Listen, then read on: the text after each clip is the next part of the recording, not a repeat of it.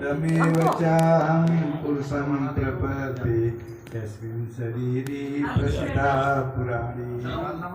यहाँ पर उपस्थित संतगण और सभी परम आदरणीय भक्तजन, माताएं, बहनें,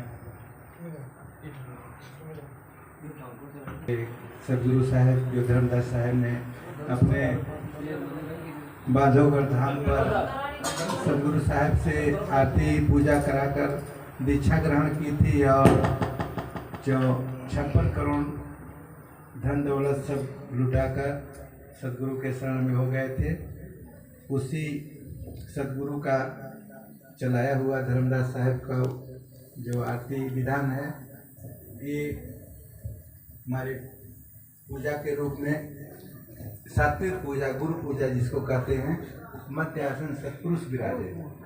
हम जब आप जो घरों में पंडित जी पूजा करने आते हैं तब किसको भी पूजा, तो उसमें एक ही बात होती है कि सभी देवताओं का आह्वान किया जाता है।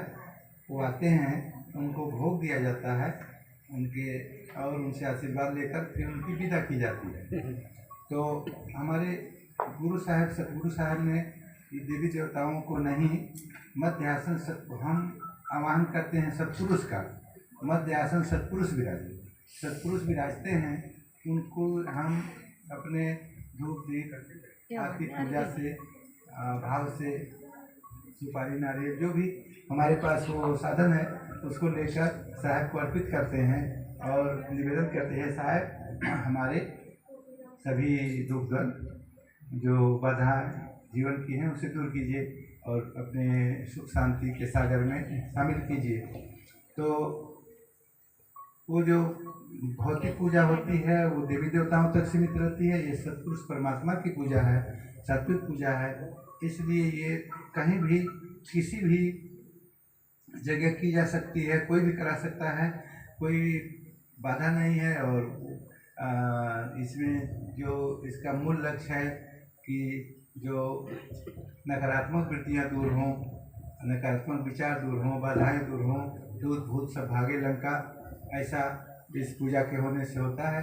तो इस पूजा कराई जाती है। और अभी दीक्षा दी गई तो दीक्षा में तिनका तोड़ दिन परवाना साहब गा रहे थे, तो वो तिनका तीन जो हमारे मन की वृत्तियाँ हैं, आशा वासा कल्पना, ये तीन ही मनुष्य को बांधे रहती हैं। आशा में जहाँ आशा तहाँ वासा, और कल्पना में भूत भविष्य की करता रहता है, वर्तमान में जीता नहीं है। तो शायद में से उसको वो दूर हों बाधाएं और सतगुरु के वर्तमान में जिए, वर्तमान में बढ़ते। और आज तक हम एक संसार मुक्त थे, संसार में अच्छा बुरा जो किए, लेकिन ये संकल्प लेते हैं दरबार में, सतगुरु के साहब के दरबार में संकल्प लेते हैं कि आज से हम भक्ति मुख हो रहे हैं, गुरुमुख हो रहे हैं, आत्ममुख हो रहे हैं। अपनी जो आत्मा सतगुरु हृदय में विराजते हैं और आत्मा में परम चेतन परम ज्ञान में है, हम अपनी तरफ हो रहे हैं। और सत्य खाएंगे, सत्य बोलेंगे, सत्य पिएंगे, सत्य रहनी, सत्य कहनी, सत्य का आचरण, ऐसा संकल्प लेते हैं। तो ये संकल्प है। संकल्प लेने के बाद फिर हम आगे ऐसे जीवन जीते हैं और सात्विक रहने के साथ फिर साहेब का सुमिरन करते हैं नाम का, तो हमारे जीवन में उत्थान होता है।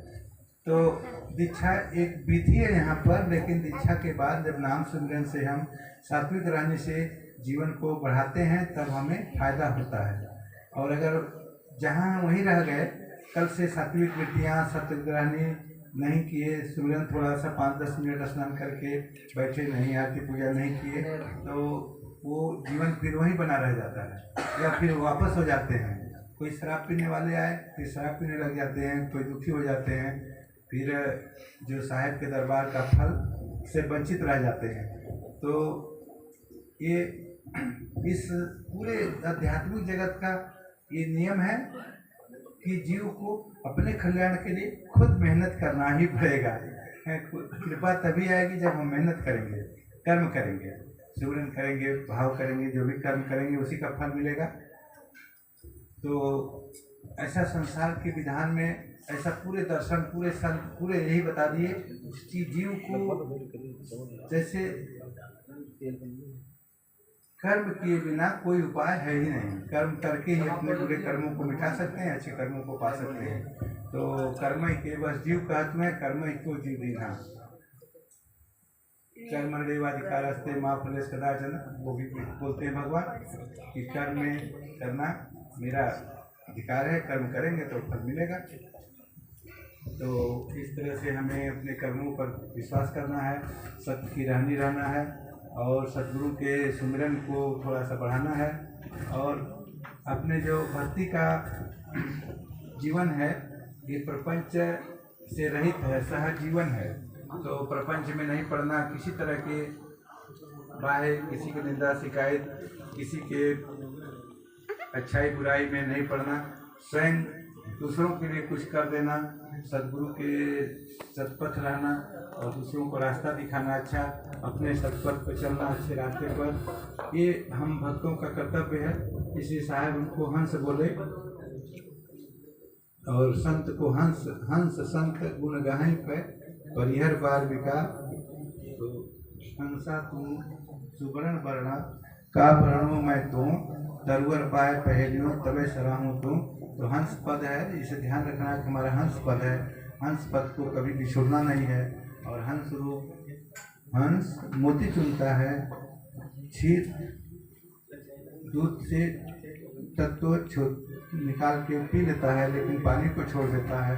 ऐसे संसार में अच्छाइयों को ग्रहण करेंगे, बुराइयों को छोड़ देंगे।